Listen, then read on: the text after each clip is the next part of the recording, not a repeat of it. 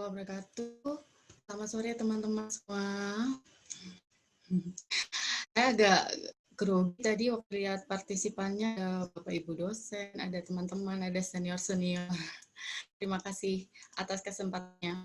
Sebenarnya saya agak kaget waktu dihubungi untuk diundang dan disuruh cerita soal digital mama. Kenapa kagetnya? Karena digital mama ini baru. Kedua, temanya anak muda. Sama digital mama sama anak muda itu saya bikin agak-agak matching ya gitu. Tapi semoga bisa jadi membuka bayangan lah kira-kira apa yang bisa dilakukan di masa era digital dan di masa pandemi ini. Digital ID ini sebenarnya idenya sudah mulai berjalan sejak 2017. Ini tahun ketiga sebenarnya, tapi maksudnya beberapa kali. Founder pertamanya adalah teman saya waktu SMA, di SMA 3 Malang, namanya Citra Hapsari. Kami ini mama-mama baru yang akhirnya menjadi mama di era yang beda ketika sebelumnya kita masih lajang. Kita bertransformasi menjadi ibu. Dan pada saat yang sama, dunia juga sedang bertransformasi menjadi serba digital. Jadi akhirnya ketemu nih motherhood dan teknologi ini akhirnya bertemu di satu titik. Makanya tagline kita mengambil when meets technology. Next. Kalau saya boleh cerita sedikit bahwa digital mama ini sampai saat ini dikelola oleh foundernya sendiri. Jadi kita berdua, teman saya ini background-nya IT, sementara saya background-nya jurnalis. Karena dia dari IT, saya jurnalis, akhirnya kayaknya kalau kita bergabung akan bisa menjadi sebuah proyek yang menarik. Ditambah dengan kebingungan kita saat memasuki era digital. Oke. Nah, 2020 ini adalah kick off, bisa dikatakan kick off kedua untuk digital mama setelah 2017 dan sempat vakum.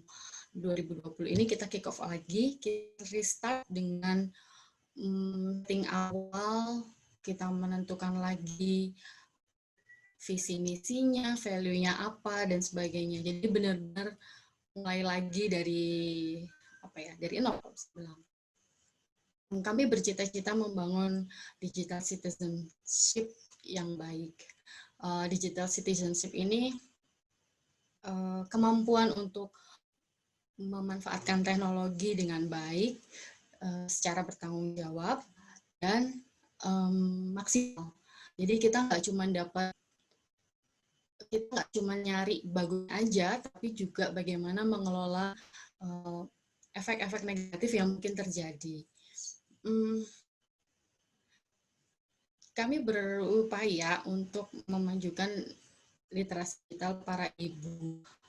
Kenapa sih para ibu? Nanti akan ada cerita lebih lengkapnya. Tetapi kami memandang bahwa ibu ini kelompok yang selama ini dalam narasi perkembangan teknologi, kemudian narasi 4.0 di Indonesia itu kurang dapat perhatian, sehingga kita masih perlu usaha yang lebih keras lah untuk membuat para ibu ini memahami tentang literasi digital.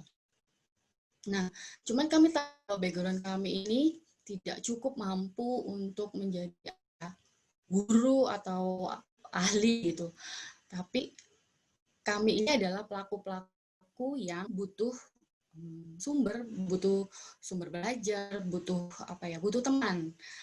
Nah, kami ingin menjadi teman untuk semua ibu untuk melewati masa transisi ini. Jadi apa yang kami sajikan di Digital Mama itu sebenarnya ya hasil dari keresahan-keresahan kami juga, apa yang pengen kami tahu, apa yang ingin kami, apa yang menjadi pertanyaan kita, apa yang jadi kita galau, apa yang bikin kita cemas, itu yang kita sajikan. Next, kami mempercayai bahwa dalam berinteraksi dengan internet dan teknologi itu perlu prinsip-prinsip, perlu value gitu. Makanya Digital Mama itu punya 6 value, yaitu balance, keseimbangan antara dunia nyata dan dunia maya itu sangat penting demi kesehatan mental kita juga.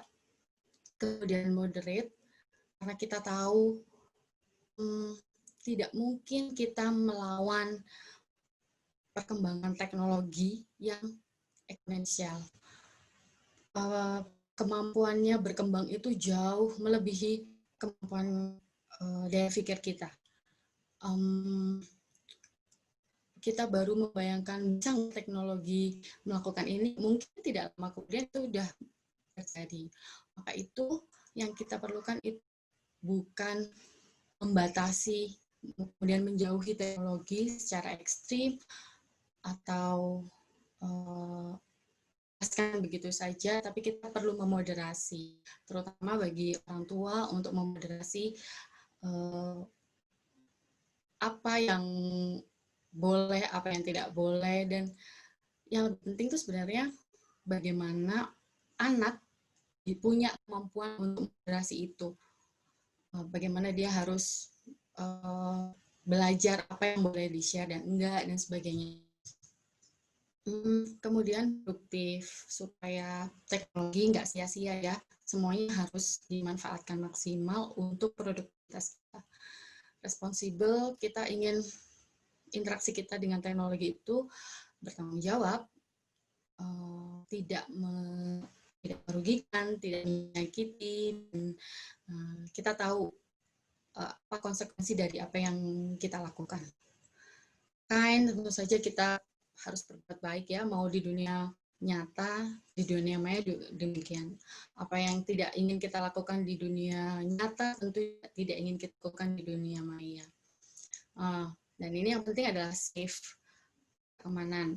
Bukan anak-anak, untuk orang dewasa juga perlu tahu bagaimana berinternet yang aman.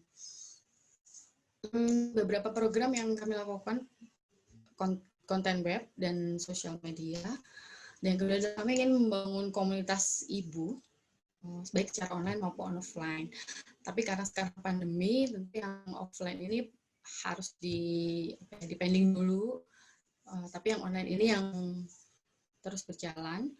Yang paling utama adalah membangun interaksi dengan para ibu yang perlu informasi, juga perlu sumber-sumber belajar tentang digital. Kami sekarang juga lagi menyusun e-book untuk beberapa panduan. Harapannya tuh ibu-ibu tidak akan bingung lagi kalau mau nyari sumber belajar kemana sih. Dia buka Digital Mama, dia bisa dapat tuh sesuai apa yang dia cari. Misalnya panduan mendampingi anak saat belajar jarak jauh, atau panduan untuk digital parenting dan sebagainya. Mapping kurikulum ini sebenarnya datang dari desain kita, karena kurikulum digital ini sepertinya kurang clear ya. Kalau saya ngobrol sama beberapa pelaku pendidikan, kita tuh kayak nggak pernah punya sebenarnya di kelompok umur ini tuh kita butuh kemampuan digital tuh sejauh apa sih? Apakah iya semua tingkatan tuh harus bisa coding? Atau di usia berapa anak-anak perlu kemampuan apa? Itu kan kita tahu. Akhirnya ketika saat pandemi seperti ini dan pendidikan jarak jauh itu dimulai, kita juga jadi nggak tahu standarnya gimana sih. Dari TK, bahkan playgroup, sampai anak kuliahan, semuanya Zooming. Apa itu yang efektif gitu. Nanti yang pengen kita tahu sebenarnya. Dan yang terakhir kita pengen membangun tim yang ideal. Kita tuh pengen kalau di luar tuh ada sebuah website yang kita sangat kagumi, itu Common Sense ya, commonsense.org, di mana dia itu timnya nggak cuma soal bikin konten atau bikin apa ya, bikin konten seperti layaknya media digital lah, kayak tips and trick, terus rekomendasi, bla bla bla, nggak cuma itu. Tapi isinya adalah ada semacam board of experts yang bisa ngasih apa ya, saran, atau kalau misalnya kita mau bikin katakanlah e-book atau panduan-panduan itu, ada expertise yang siap membantu dari 0 sampai jadi. Nah, kalau selama ini kita memang dibantu ahli juga, tapi ini sifatnya apa ya, masih ajak gitu. Dan ini memanfaatkan jaringan kita sendiri, kayak kita punya teman ya psikolog dia, atau pakar IT atau dokter anak dan sebagainya. Kita biasanya memanfaatkan jaringan itu. Next. Nah, kita mau ngasih tahu kalau Digital Mama itu bukan pabrik konten. Kita ini lahir karena passion sebenarnya. Kebetulan teman saya, Citra, ini passionnya adalah belajar. Hobinya adalah belajar, membaca jurnal, baca buku, semuanya. Karena background akademisnya sangat kuat. Sementara saya hobinya ngobrol, nanya-nanya orang, kemudian di-share melalui tulisan. Nah, di Digital Mama ini, ID ini juga begitu. Kita berangkat dari kecintaan kita pada dunia menulis, dunia pendidikan, dan menggeluti peran kita yang baru, yaitu sebagai ibu. Peran yang tidak ada sekolahnya, yang nggak pernah diajarkan, kita perlu belajar sendiri dan tidak pernah berhenti setiap harinya. Jadinya ini akan jadi wadah untuk mengekspresikan ide kita dan apa ya ekspresi kreativitas kita lah. Tapi dengan bertanggung jawab ya, maksudnya kita nggak cuman membuat sesuatu yang kita pikirkan gitu. Dan kita, kenapa saya sebut bukan pabrik konten, kalau dibandingkan dengan media digital lainnya, mungkin dia bisa satu hari bikin ratusan bahkan ribuan konten. Ibaratnya setiap scroll ada entry lagi, new entry lagi. Kita nggak begitu. Selain SDM-nya yang juga belum ada, tapi kita juga lebih mikirin kontennya tuh dipikirin gitu. Apakah ini yang dibutuhkan seperti apa, apakah sesuai, dan sebagainya. Cukup panjang prosesnya dibanding waktu saya kerja di media mainstream yang semuanya dikejar deadline. Karena deadline sudah nggak lagi sejak digital, deadline adalah sekarang, semuanya sekarang. Kami ini seperti orang yang sharing catatan belajar, habis membaca buku, baca jurnal, atau habis ngobrol dan pakar, kita sharing ke ibu-ibu yang lainnya. Atau kita juga mendapat masuk-masuk, tolong dong bahas sebenarnya kalau kita langganan internet, kuota internet, itu gimana sih kita harus membacanya? Kenapa sih harus ada yang langganan 1 bulan 50.000, tapi juga ada yang 100.000, apa bedanya, yang kayak gitu. Kita sharing tentang pengalaman dan pengalaman sehari-hari sebagai ibu, sentuhan dengan dunia digital itu seperti apa. Dan buat kami ini adalah kontribusi di dunia digital. Dunia digital itu membuka kesempatan yang sangat lebar untuk siapapun, tidak terkecuali untuk para ibu yang mungkin dianggapnya di rumah saja bagi yang ibu rumah tangga misalnya. Terus apa ya, dianggapnya tuh kita tuh di rumah aja ngurusin rumah udah. Padahal ada kesempatan untuk kontribusi di dunia digital misalnya. Apa yang dilakukan Digital Mama ini tidak harus menunggu jadi expert dulu atau apa menguasai semuanya, tapi kita juga bisa sharing. Yang paling dibutuhkan itu kan sebenarnya kalau ibu-ibu itu adalah sharing, karena menjadi ibu itu banyak cemasnya, banyak nggak taunya, pengen nanya, pengen itu. Nah, ini saya kasih warna berbeda. Buat saya di Digital Mama ini membuka cara baru di digital media. Saya 12 tahun di media mainstream dan beruntung bahwa saya ini jadi wartawan sebelum media online tenar. Mas ngalamin yang namanya listing berita itu pakai tangan, lalu berubah menjadi SMS, lalu berubah menjadi WhatsApp group, dan lebih digital lah. Ketika di media mainstream, saya sempat di Desk Digital, yang mana begitu sampai di kantor, kita disuguhi angka. Berapa orang yang membaca website kita hari ini, page view-nya berapa, kita ada ranking berapa di Alexa, target kita berapa uang yang bisa kita read dari konten-konten yang kita bikin. Semuanya serba angka. Nyaris diskusi tentang ide bahwa berita yang bagus kayak apa sih? Atau berita penting buat masyarakat saat ini apa sih? Itu presentasinya jadi berkurang. Lebih banyak kita ngomongin angka, targetnya juga angka. Kita membuat berita juga kadang seringkali didorong oleh tren digital. Yang kita buka pertama adalah Google Trend. Orang nyari apa? Kita ngasih setiap harinya supaya kita punya panggung dan disorot di panggung digital itu, kita harus mengikuti tren itu. Tidak salah, sah-sah saja, tapi melelahkan. Lelah secara fisik pasti, lelah secara mental yang paling ngeselin, karena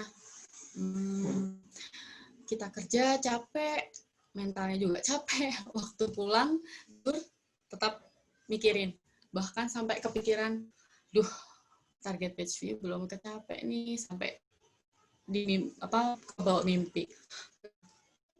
Di Digital Mama, saya punya kemewahan untuk tidak perlu memikirkan itu saat ini, dan semoga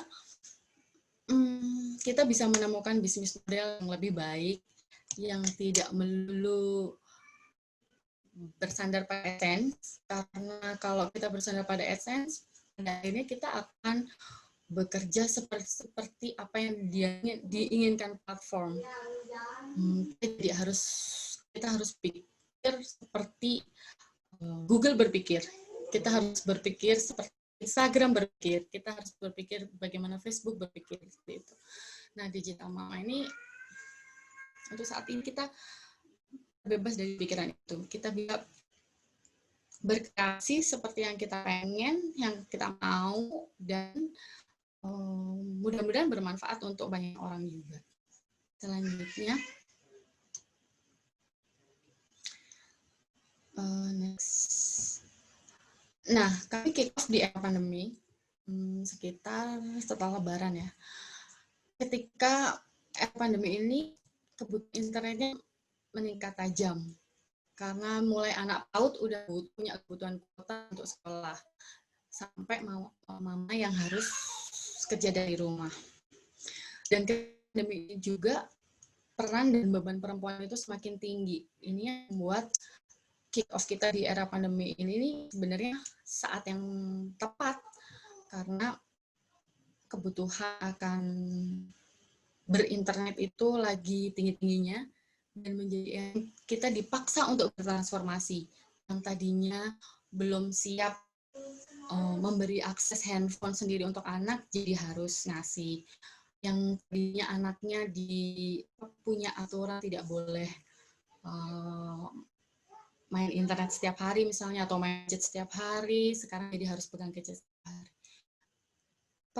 Peran dan perempuannya juga tinggi. Kalau dulu perempuan aja begitu dia di kantor udah dia mengurusi pekerjaan di kantor, dia monitor di rumah dari gadget misalnya. Kok sekarang kita sering cerita teman-teman bahwa dia meeting sambil ngepel, dia meeting sambil masak, dia meeting sambil ngawasi anaknya, sambil belajar dan sebagainya. Apa laki-laki tidak bertambah? Ya mungkin ada yang pertama juga sama demikian, tapi juga banyak kan di rumah tuh bapak-bapak WFH di rumah, mama mie dong, mama kopi dong, mama teh dong gitu. Lagi-lagi mamanya lagi, padahal mamanya juga lagi bekerja gitu. Nah, tingkat stresnya semakin tinggi dan kebutuhan literasinya juga semakin mendesak, apalagi ketika sebagian perusahaan sudah menyuruh karyawannya kembali ke kantor, sementara anak-anaknya masih bekerja di rumah. Siapa yang mau mengawasi? Siapa yang mendampingi gitu ya? Siapa yang bisa memastikan bahwa anak-anak menggunakan dengan aman? Tidak hanya itu juga, bagaimana kok mereka ada kesulitan? Siapa yang akan membantu gitu? Nah, disinilah digital mama itu berusaha untuk menjadi teman ya di masa sulit ini. Kita mencoba buat konten-konten yang memecahkan persoalan-persoalan yang dihadapi mama-mama di mana aja. Selanjutnya. Nah, ada problem juga sebelum pandemi ya. Ini sumber dari Women Will tahun 2017-2018 bahwa belum semua perempuan mengakses internet. Kalau dibandingkan laki-laki, kita baru 40% perempuan, dan ini lebih rendah dibandingkan negara lain, Korea, Jepang, Thailand, Filipina, India. Meskipun akses ke perangkat selulernya sebenarnya meningkat. Yang pegang smartphone semakin banyak, tapi akses ke internetnya belum setara dengan laki-laki. Dan sepertiga dari pengguna internet itu masih belum menemukan apa yang dia cari gitu. Banyak perempuan yang berinternet tapi apa yang mau tuh nggak ada. Sebagian besar menggunakan untuk aktivitas sosial, komunikasi, jadi medsos, terus platform percakapan, dan hanya 15% untuk pembelajaran.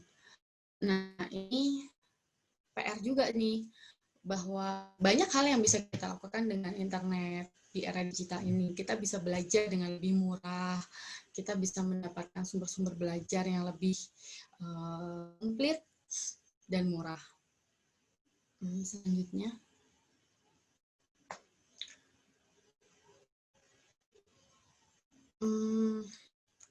Nah, tadi sudah saya mention di depan bahwa dalam narasi perkembangan teknologi, juga era digital 4.0 yang terus-menerus digaungkan oleh pemerintah sekitar beberapa tahun belakangan ini, perempuan itu tidak banyak dilibatkan. Mungkin kalau banyak dilibatkan malah generasi milenial ya.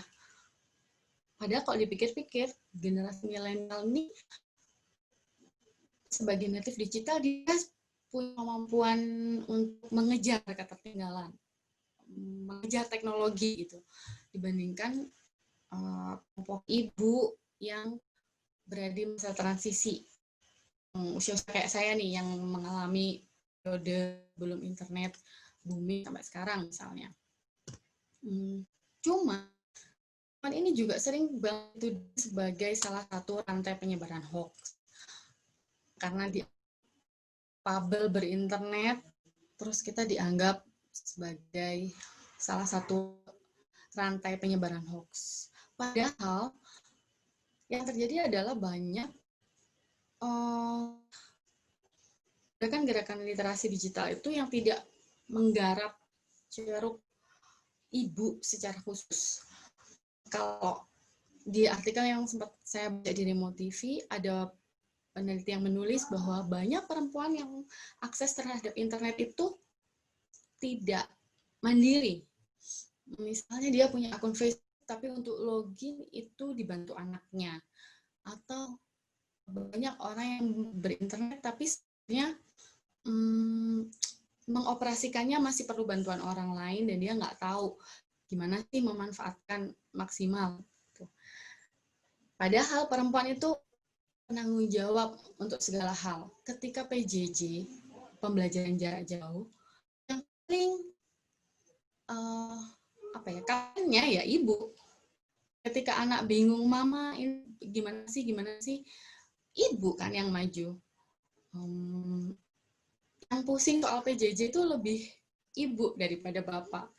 Tapi yang gaptek tetap ibu juga gitu. Ada bapak-bapak yang nggak gaptek ini, kan harusnya ibu nggak gaptek dong gitu, karena ibu juga kok yang bertanggung jawab. Inilah yang membuat kami bersemangat di Digital Mama. Kita pengen kondisi ini menjadi lebih baik. Selanjutnya, tapi kita harus akui bahwa masih banyak pekerjaan rumah kita karena tantangannya juga besar. Yang pertama adalah ujian konsistensi dan komitmen kita, karena mama udah 3 tahun sebelumnya ngalamin tuh on off. Nah, kali ini kita pengen memulai baru, dan ini ujian baru juga, apakah kita cukup kuat komitmennya. Kami cukup bersyukur bahwa kita punya opsi gitu. Ibaratnya kita nggak nyari duit dari Digital Mama, jadinya kita sebenarnya tidak punya beban untuk cepat balik modal, cepat menghasilkan uang. Enggak, kita cukup konsisten dan komitmen. Karena kami percaya bahwa yang utama ketika saya mulai Digital Mama ya, sebagai alumni media mainstream, pasti terbersit keinginan, wah ini harus jadi sesuatu yang menghasilkan duit besar dan sebagainya. Ternyata pas interaksi dengan mama-mama, interaksi dengan pertanyaan-pertanyaan yang masuk ke kami, kemudian bagaimana ibu-ibu ini meminta saran, rekomendasi dan sebagainya, itu jauh lebih berharga gitu. Jadi kami berharap bisa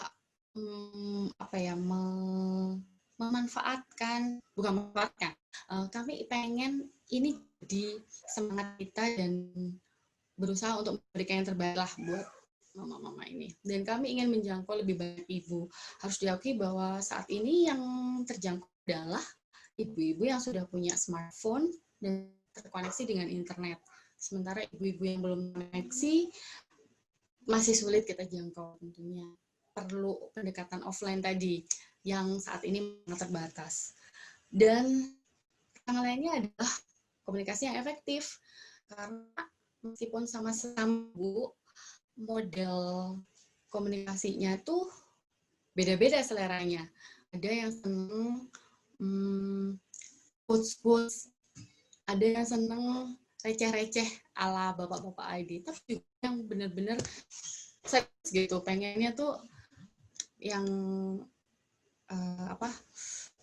yang serius, karena dia pengen mencari informasi yang benar gitu. Jadi dia lebih memilih nggak peduli lah gaya komunikasinya seperti apa, yang penting apa yang saya cari ada di situ. Dan yang terakhir, pekerjaan rumah kita dalam mencari sustainable funding models yang kita berharap sih tidak terjebak pada pola-pola media online yang sudah ada. itu barangkali akan sangat senang kita bisa berdiskusi lebih lanjut. Terima kasih.